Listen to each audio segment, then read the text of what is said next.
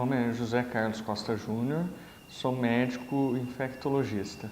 Doutor, o que é um infectologista? Infectologista é uma especialidade médica que cuida de doenças infecto-parasitárias, né? Então, doenças causadas por bactérias, por vírus, protozoários, fungos.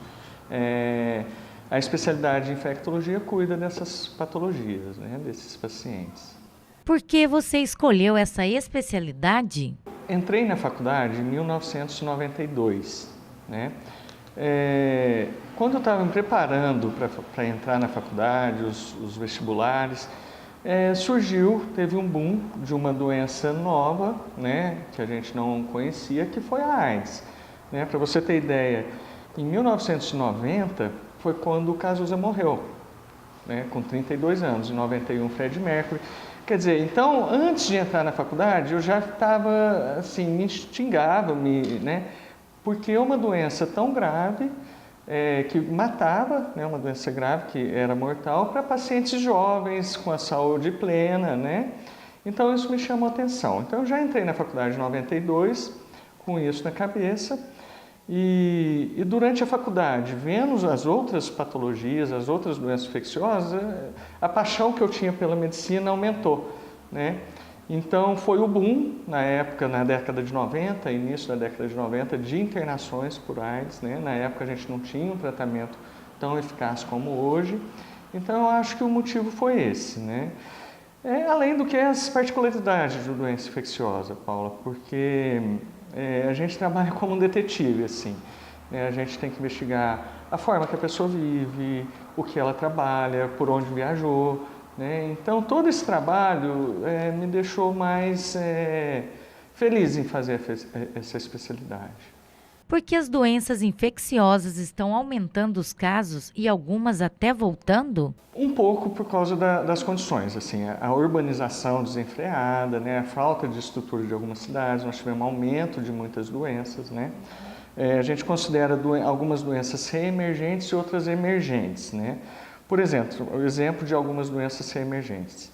A dengue, né, pouca gente sabe, mas a dengue no Brasil, nós já tivemos um controle da dengue. Ela voltou, os casos, em 1981. Né, junto com a volta do Aedes aegypti, que a gente tinha controlado. Então, a dengue a gente considera uma doença reemergente. Junto com a dengue, a sífilis, né, que é uma doença também, depois do advento da AIDS, no final da década de 80 e 90, hoje nós estamos vivendo uma explosão de casos de sífilis. Tá? E com a sífilis também outras doenças sexualmente transmissíveis, a gonorreia, tá? Que também aumentou muito o número de casos.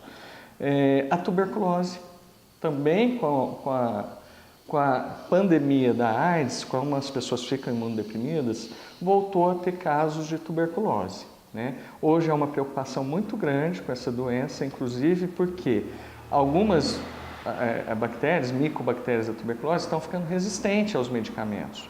Né? Então hoje é uma preocupação grande. Bom, e tem as doenças que surgiram. Por exemplo, Zika e chikungunya. Chikungunya, apesar de ser uma doença muito antiga, mas ela foi reintroduzida agora. Né? E a Zika é uma doença que nós descobrimos há pouco tempo. Né?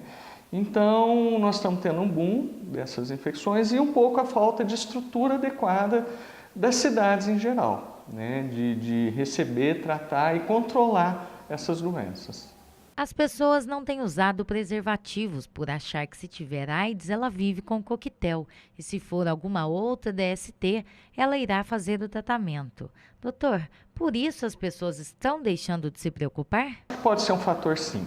Tá? Como o tratamento hoje é muito eficaz, hoje internação por AIDS a gente só interna quem não está fazendo tratamento ou quem diagnosticou numa fase mais tardia. Então realmente a gente não tem visto quando a gente via, né, quando a gente estava comentando, eu entrei na faculdade na década de 90, muitas internações, muita gente adoecer e morrer. Né? Hoje diminuiu, então talvez tenha perdido um pouco o medo, digamos assim. Mas tem outros fatores, tá, Paula? Hoje, para você ter ideia, o Ministério da Saúde, a gente trabalha com prevenção combinada, tá? Quer dizer, o preservativo é uma forma importante de prevenção, talvez a mais importante, mas não é a única, né? Porque o que a gente nota? que entre os jovens, não só entre os jovens, na população adulta e até idosos, tem uma resistência. Uma parcela dessa população tem muita resistência em usar o preservativo, tá bom? Então hoje são uma série é uma mandala com vários fatores, várias medidas de prevenção. Por exemplo, nós temos a PEP, que é a profilaxia pós-exposição sexual, né? Uma pessoa que tem uma relação e rompe o preservativo ou não usa o preservativo, ela tem um período depois da exposição e pode tomar o medicamento por 28 dias e previne, tá bom? Nós temos a PrEP. A PrEP é pré-exposição. Então, alguma população que tem um fator de risco é muito vulnerável para adquirir a infecção, profissionais do sexo, né? Homens que fazem sexo com homens, que têm vários parceiros, transexuais, pessoas em situação de rua, população carcerária, quer dizer, essas são muito vulneráveis para adquirir a infecção. Então ele pode usar o medicamento, né, todo dia tomaria um comprimido e isso previne o HIV também. Então essa é outra estratégia para prevenção. Outra coisa importante é você diagnosticar e começar o tratamento. Porque quando você diagnostica precocemente uma pessoa com HIV e começa o tratamento, esse tratamento é tão eficaz que ela fica com o vírus indetectável. Ela diminui o número de vírus no sangue e com isso diminui a transmissão. Então é a outra estratégia. Além de tratar a mulher grávida para ela não transmitir, tá bom? Então tudo isso é um conjunto de prevenção para diminuir a incidência da infecção.